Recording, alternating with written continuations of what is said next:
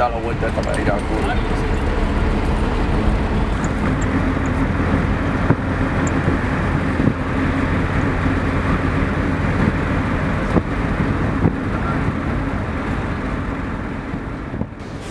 Este es mi esposo. Nos conocimos en el Prado, siempre en la etapa mía, los jóvenes, los domingos, paseábamos Prado arriba, Prado abajo. Claro, éramos distintos porque yo prácticamente era un estudiante y él era un hombre joven, pero trabajador de los muelles.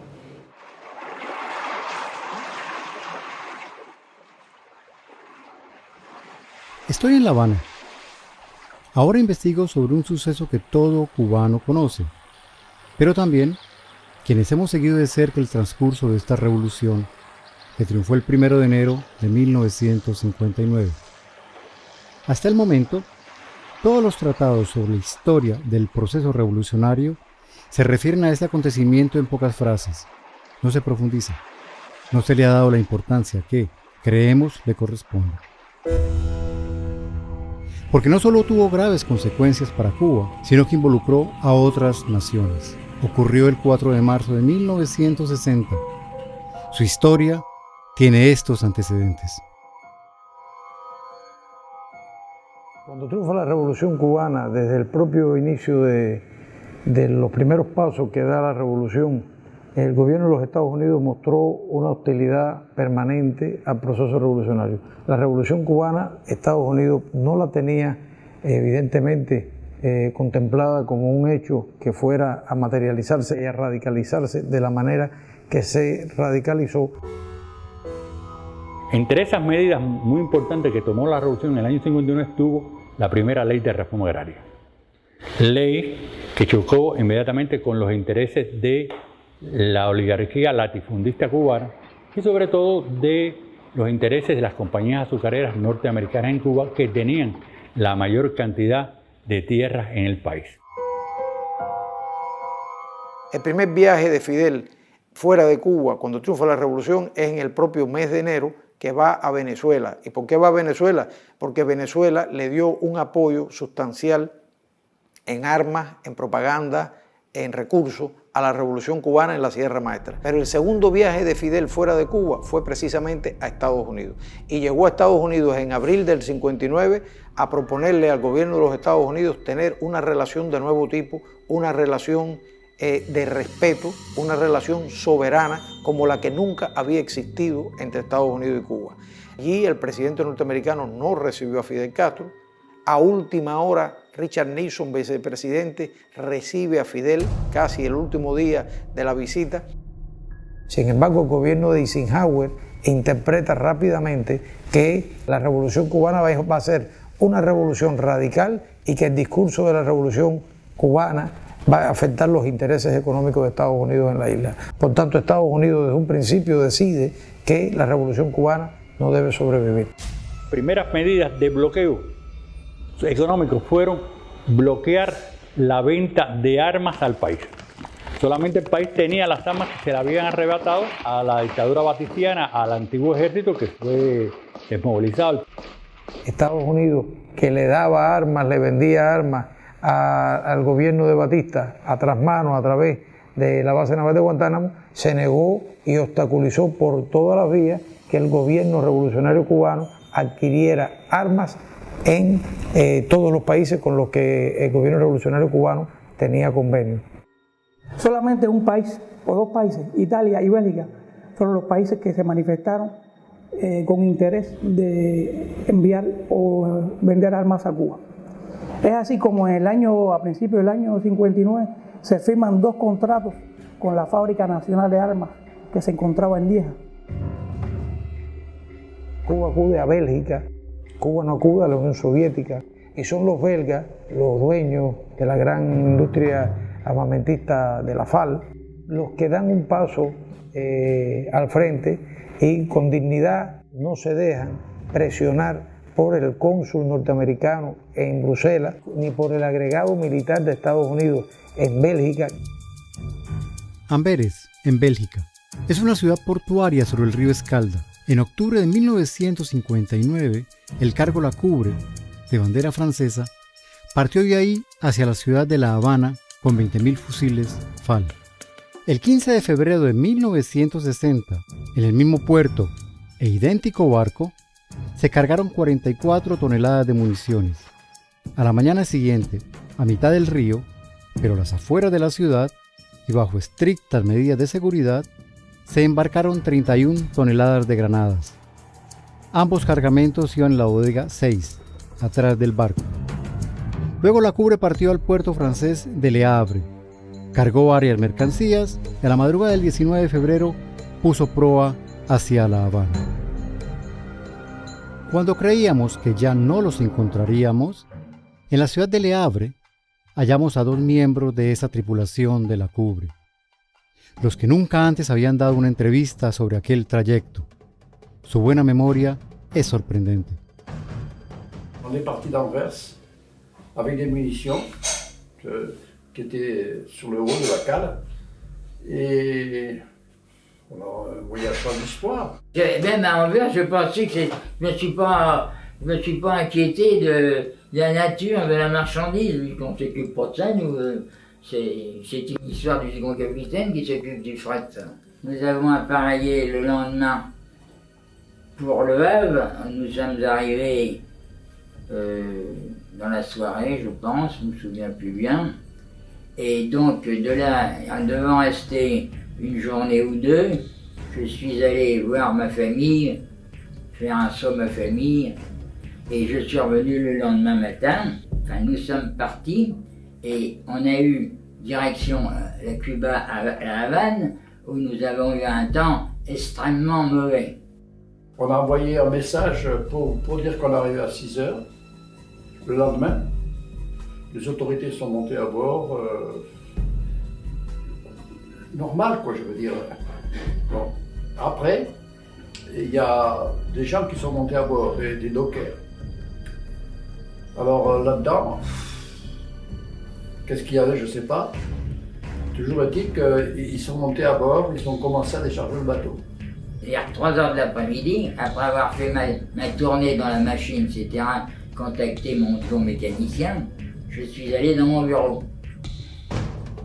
Je m'étais à peine assis à mon bureau qu'il y a eu une explosion indéfinissable. Vers 3 heures, le bateau a explosé. Alors moi, j'étais parti. J'ai quitté le bord vers 2h30. Le bateau, j'ai pas eu le temps, je suis pas loin, j'ai monté la côte là. Il y a une côte qui rejoint le haut là. Et j'ai entendu une explosion, alors j'ai vu des gens qui couraient dans tous les coins, qui sortaient du port, qui couraient. Alors, à un moment donné, il y a un qui m'a dit « le barco français ». Ah, le barco français, c'était moi. Alors, je suis redescendu. Ils m'ont pas laissé rentrer.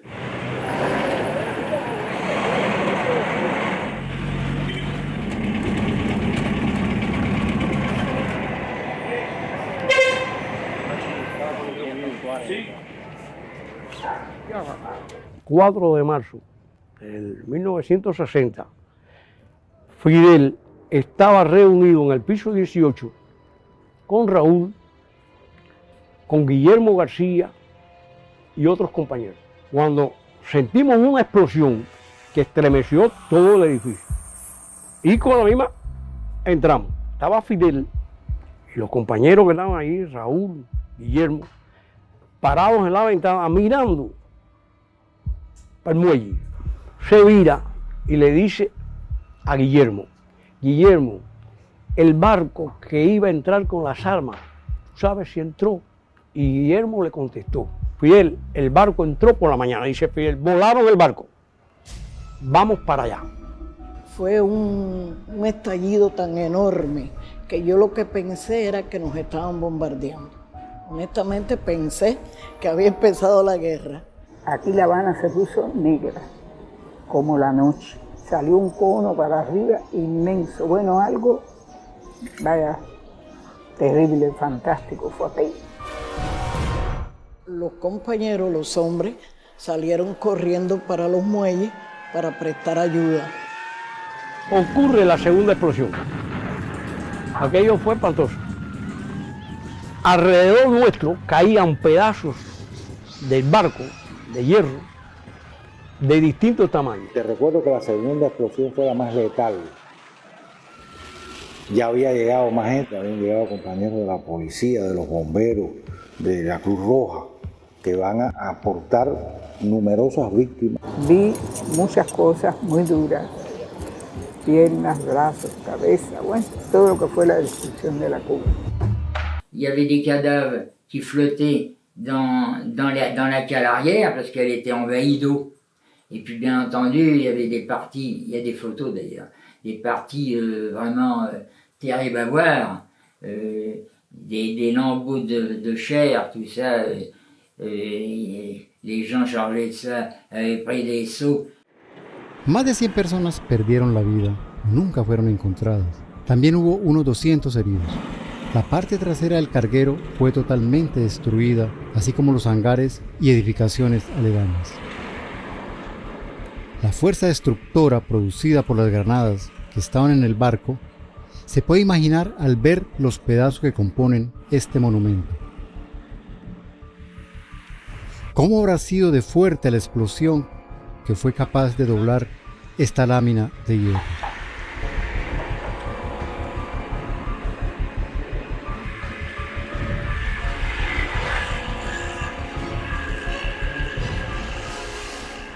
¿Qué pasó el 5 de marzo, al día siguiente de la explosión? Los milicianos fuimos convocados para 2:23, que era donde Fidel iba a hacer la explicación de lo que había sucedido.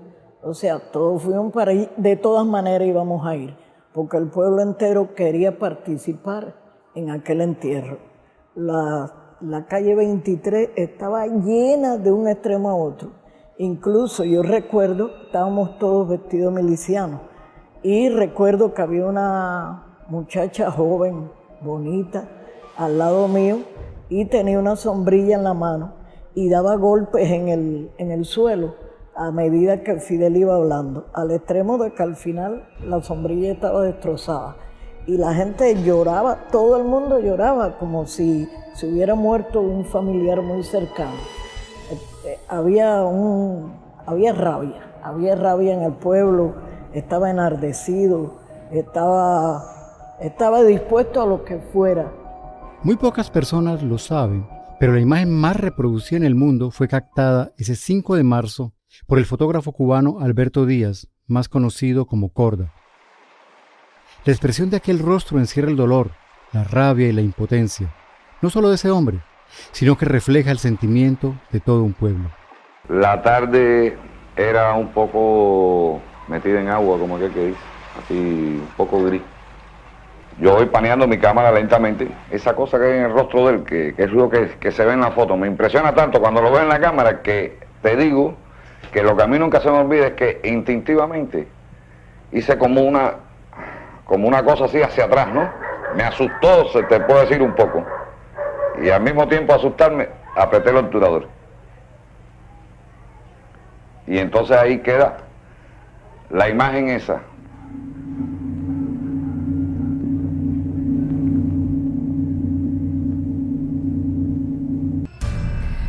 La opinión que emite inmediatamente el gobierno de Bélgica a través de su embajador fue muy positiva. Si ustedes me lo permiten, podría darle lectura del informe. La emoción que se despertó en La Habana se mezcló enseguida con resentimiento. Todo el mundo, de hecho, está convencido de que la doble explosión es el resultado de una maniobra de sabotaje. Es la opinión tanto del hombre en la calle como de los testigos inmediatos. La CIA savait qu'il y avait des armes, ça c'est sûr. La CIA, elle avait des oreilles partout. Elle savait qu'il y avait des armes, mais c'est tout.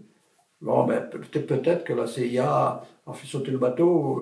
Simplemente había la total convicción de que si había sido un sabotaje y era obra de la CIA. Aquel 5 de marzo, Fidel Castro prácticamente imputó al gobierno estadounidense la voladura del cargo La Cubre. Pero ¿era tan evidente su responsabilidad? No hemos encontrado, todo lo que hemos buscado, documentos desclasificados de Estados Unidos que avalen su participación directa. Pero hay una serie de indicios, tanto documentados como de las acciones que ya comenzaban a hacer Estados Unidos contra Cuba, que demuestran que ese país preparaba esa acción.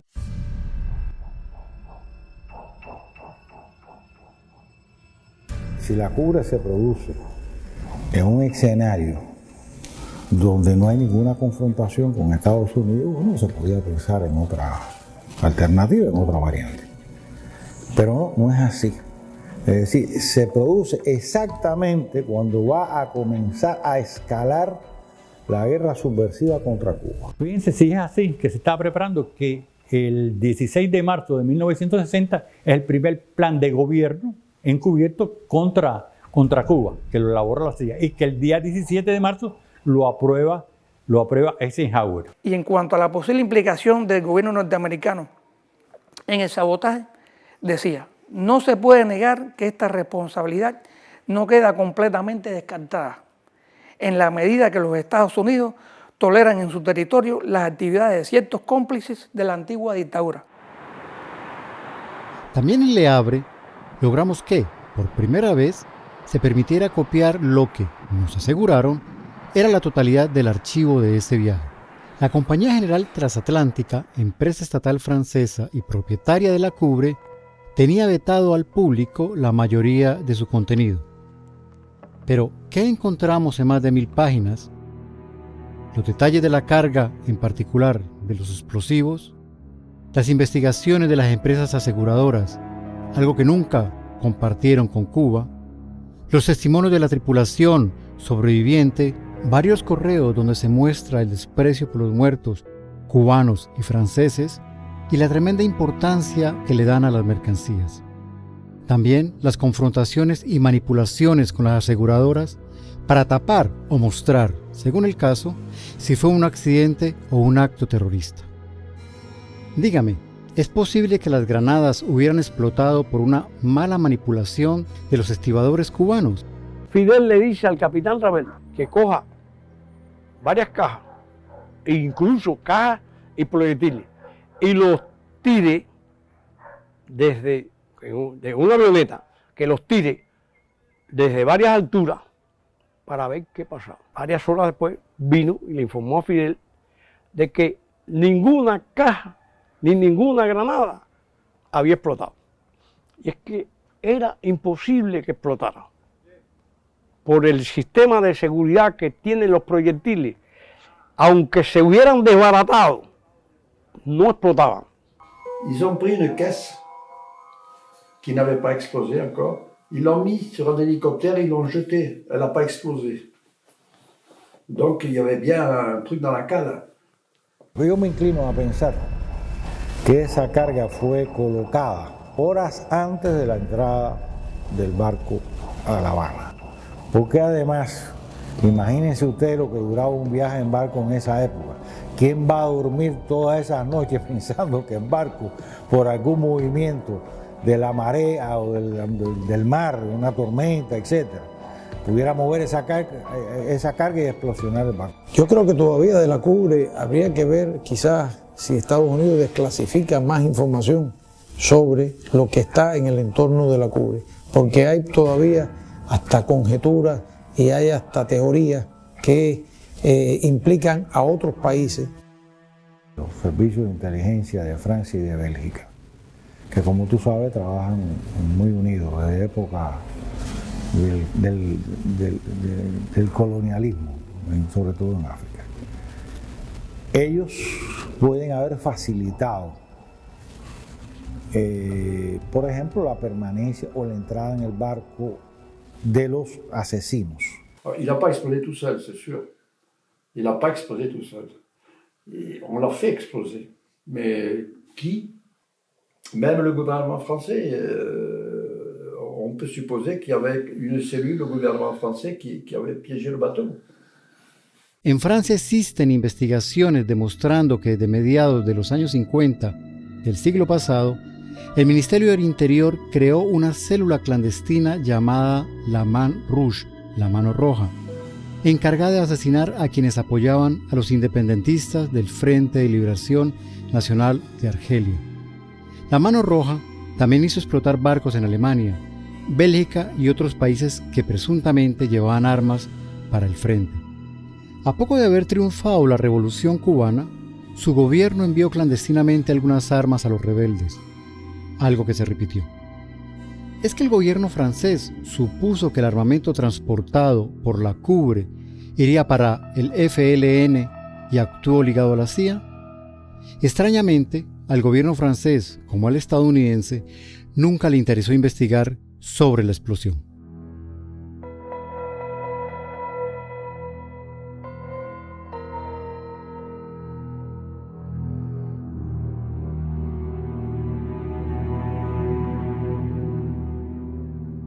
Cuando llego al hospital de emergencia, que fue donde él arribó, porque él se salva, pero en vida muerto, porque lo destruyeron por completo. Pero cuando lo veo, claro, lo veo tan distinto, porque era todo quemado, negro, negro, él era un indio, y sin pelo prácticamente. Ahí estuvimos 9 días sufriendo, quemados.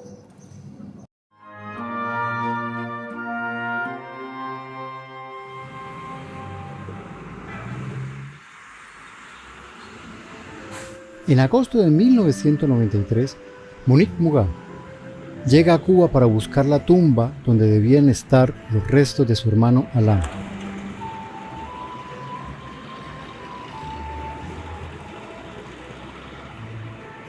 Con solo 18 años, fue uno de los 6 franceses de la tripulación que murió en la explosión. El gobierno cubano les había hecho un solemne entierro en el mausoleo de la comunidad francesa del cementerio Colón, en aquel marzo de 1960. Monique derramó muchas lágrimas al ver que no existía una placa que lo recordara. Antes de esto, solo se le recordaba en la placa construida por el gobierno de Cuba en el muelle La Cubre, junto al de los muertos cubanos. Ella debió batirse durante 2 años para obtener del gobierno francés 2 placas. Una para el mausoleo, donde con dificultad se distinguen sus nombres.